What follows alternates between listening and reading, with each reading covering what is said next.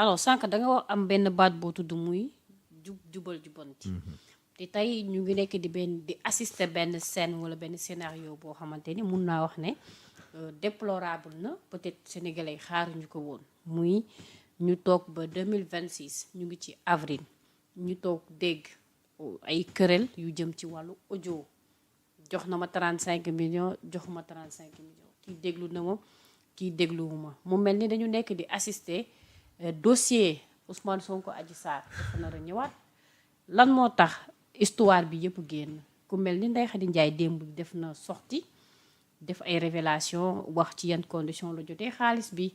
déglu nañ tamit réplique bi nga xam ne moom la Mame Pathé jox en fait sénégalais yu bëri en fait dañu désolé en fait di assister scène bu mel nii ak li nekk di xew te avant loolu gis nañ ay audio yu génnaat ak ay révélation jële ko si Mollah Morgun est-ce que tey lii la sénégalais yi doon xaar si li nga xamante ni tey moom lañ nekk di assister. mais soxna Lalla man je suis meurtri te képp ku nekk sénégalais di borom xam-xam wala nga sentir le besoin du Sénégal fi ñu toll ñun ak risques yi pesé suñu kaw ñu lay indil ay problème de faits divers ay Khady Ndiaye ay problème xaalis. mais d'abord bi nga déggee coowal audio yi ak version bi Ndeye Khady Ndiaye joxe d'abord pour ñu bañ a mélanger leen. waaw nga taxaw foofu tuuti. waaw bi ma ko déggee j'étais très étonné j'ai appelé un ami ma ne ko lii lan la qu'est-ce qui se passe Ndeye Khady dégg naa feebaram à un moment donné yëgoon naa ne ñu ngi ciy taxaw mais qu'est-ce qui fait parler Ndeye Khady c'est la première question que je lui ai posée pourquoi Ndeye Khady heure bi muy wax lan moo war a wax loo Ndeye Khady parce que Ndeye Khady man dama jàpp ne elle est fragile te dañoo war a def attention sur les personnes fragiles parce que ba léegi je me pose la question qu'est-ce qui fait parler Ndeye Khady et qui a fait parler Ndeye Khady et qu'est-ce qui tourne autour de ça su ma résumé dans un premier temps mooy dañoo bëgg a continuer à fragiliser Ousmane Sonko parce que man yëpp tout ce scénario dégg naa ci ay Madiambal Diagne dégg naa ci ay chèques c'est-à-dire en vérité Ndeye Khady je n'ose pas dire nañ ko protéger parce que Ndeye Khady wax dëgg yàlla jàppale nañ ko maintenant comment se fait-il que avec son mari ñu dem ba dugg ci loo xam ne wax dëgg yàlla heure bi du wax. et puis moom nee na jot na 35 millions. waaw xam nga loolu moo di nga. c'est-à-dire loolu foofu nit ñu taxaw foofu père parce que en réalité dañu toogoon dégg fi benn relevé compte bancaire. oui. concernant cette affaire de 35 millions. donc bu ñu xëyee tey dégg ne effectivement jot na somme bu toll noonu et que Mame Pathé suñu déggee version am sax c'est plus que 35 millions. waaw xam nga lii mooy gis nga lii mooy li nga xam ne ñu war defaraat suñu toogaay. lan la baaxul ci Ndeye Khady baaxul si ñun parce que li ngay wax ni mun na jur leneen man lan la c'est-à-dire j'ai du mal à m'exprimer ci lii am nii quoi parce que en vérité Ndeye Khady buñ ko ñun lay wax c'est-à-dire buñ ko encadré wul encadré c'est pas le fait de xaay non c'est-à-dire yàlla rek xam y a des choses boo xam ne xëy na waxu biir néeg la mais je sais que. mais bi nga déggee ku mel ni Mame Pathé. oui mais Adama Diop ñu leen di dégg ci lu mel ni. dañu ràññee leen loolu biir Pastef. waaw mais loolu et puis surtout Mame Pathé ni mu jege woon le président Ousmane Sonko. waaw lii moo tax ma ne ñu war a xoolaat loolu yëpp man Ousmane Sonko on doit le protéger man. su ma jegee Ousmane Sonko am na loo xam balaa ma ca dugg wala balaa ma ca wax ci yu mel nii jëm ci xaalis surtout jëm ci Ndeye Khady Ndiaye dinaa wax ak borom kër gi ba pare li muy dëgg surtout loo xam ne mais li gën rafetul c'est pas bien dans la mesure mooy ma Pathé keneen ak Ndeye Khady di def ay révélation jot naa kii nga dégg ay 5 millions 2 heures du matin jëkkër ji ñëw na. mais loolu c'est-à-dire appel boobu c'est-à-dire foofu dafa jaxase xelu bopp ñu bari. parce que c'est-à-dire la vraie question mooy bu fekkente ne Ndeye Khady heure boobu woo na Mame Pathé téléphone Mame Pathé déplacé wu ñëw te Ndeye Khady su dee amul yenn relation yi ak Mame Pathé wala xamante wuñu est-ce que am na prérogative woo ko déjà 2 heures du matin loolu question la. beneen bi mooy ci diggante bi Ndeye Khady génn na fi nekkatul Sénégal voyagé na wax na ne am na ku koy jàppale bañ ciy tudd njiitu réew mi. parce que man aussi bëgguma di prononcé wu ci loo xam ne peut-être leeruma mais d'après version bi mu joxe scénario boobu yëpp jaar na fi ba tey ñu accès ci ay audio yu génn c'est-à-dire loolu moo intrigué ñu bari te tey ku wax Pastef wax président Ousmane Sonko wax na war nañu xam ne les priorités sont ailleurs. non c'est-à-dire vraiment tu as trouvé le mot c'est-à-dire lii daf ñuy divertir les priorités fi ñu toll nii fi ñu toll yow tous les mois avec le ministre des Finances tu t'organises à mobiliser 15 milliards par jour. puis millions yi bëri na père fu mu jógee. waaw xam nga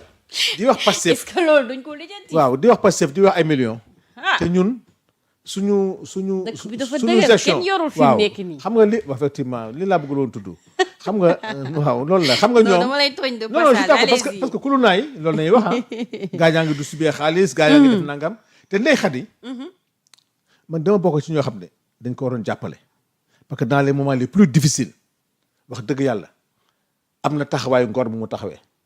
mais loolu aussi moom da ko war a sàmm daf ko war a sàmm xam ne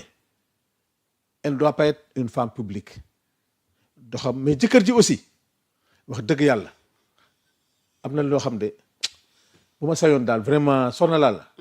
Ndeye Khady ak jëkkëram ñu moytu lii ñu jugg parce que Ousmane Sonko ne mérite pas ça épreuve yi mu vivre yëpp te xam nga lan moo ñu sauvé dans cette histoire là tey bu ñu ci déggoon Ousmane Sonko mu ngay def nii mu ngay wax fii mu ngay joxe nii ñun ne da koy nangam Ousmane Sonko bi mu ci paree la ci pare mais nag ku mel ni Sanu Dione wala keneen jege ko am na ci loo xam ne balaa ma ci dugg ma waxtaan ak kam borom kër gi yaa ngi ciy dégg ay turu président yaa ngi ciy dugg ay nangam loolu yëpp indi nañu ci débat boo xam ne wax nga ko 2 fois c'est pas notre priorité vraiment c'est un fait divers boo xam ne fi ñu toll nii heure bii tey Sénégal a ngi ci jafe-jafe yoo xam ne est-ce que du xaalis bi tamit moo tax. non bu doon xaalis bi question parce que somme yu toll noonu tout le monde se pose la question somme yooyu fan lañ ko war a jëlee. waaw non xam nga soxna yaa ngi koy wax tey bu du woon nii rek du am problème mais xam nga xaalis ak yenn montants yi fu mu génn rek xel ñaaw je suis d'accord. parce que ñun suñu gouvernance transparence nañu woote xaalis dafay set lan la. Sanu bu génnee 5 millions jox ko lan la.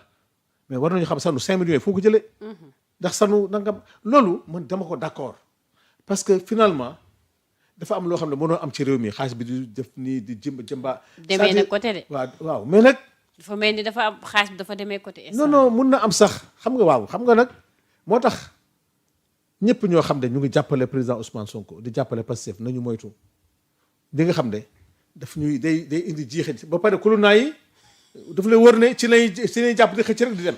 mais ñoom tam si seen rôle lañ nekk. père xam nga gis nga boo nekkee dans l'opposition tous les moyens sont bons. je suis entièrement d'accord parce que ñeen aussi bi ngeen nekkee opposition même chose la woon. même chose moo tax nag léegi man ñun war ñu wax ak opposition bi xam nga ñu wax ak suñu bopp moo tax man nee naa la lu sew lu ne dinañ ko jàpp amplifier ko def ko nag. c'est de bonne guerre. débat wu une semaine te yàlla xam na ne fan yii jëm nii xoolal tey audition ministre yi tey. kenn waxu ci ndax lii.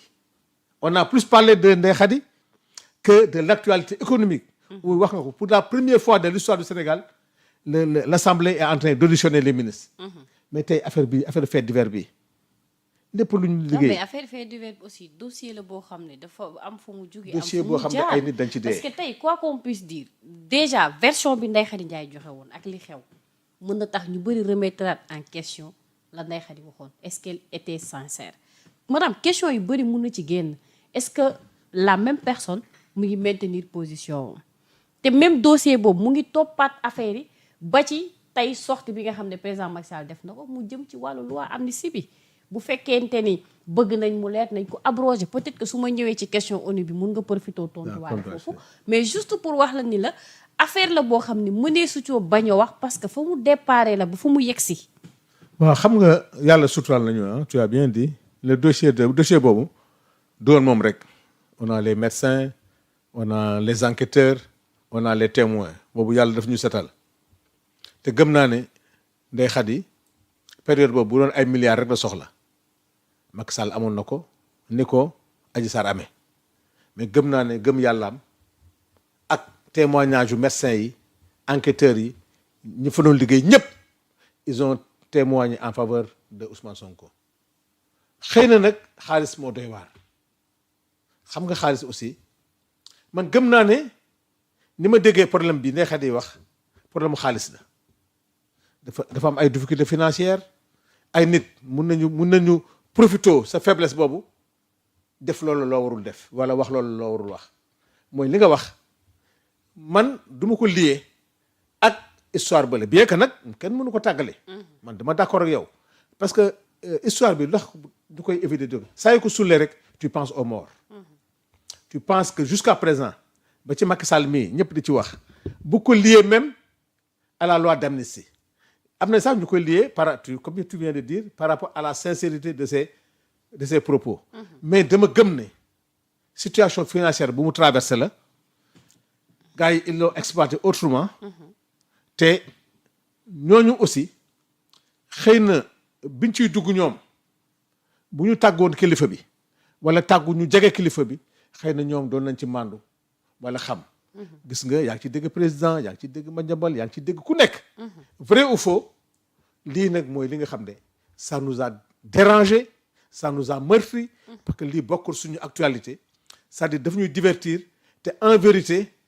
c'est pas ce que les Sénégalais attendent de nous te Ndeye Khady wax dëgg yàlla bon elle est dans une fragilité boo xam ne ni ma ko déggee nii ñu koy dégg ñu ñëpp situation financière bu jafe na nekk parce que nag xam nga foofu dañ ciy sant yàlla bu baax parce que tey bu doon tey dafa nekk suñu complice tey dinañ ko def ci bien que nag